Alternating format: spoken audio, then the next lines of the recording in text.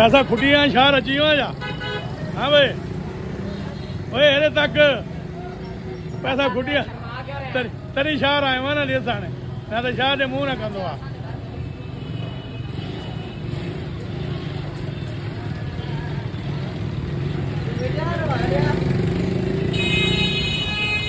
media रहा है पिस्तौल आ रहा है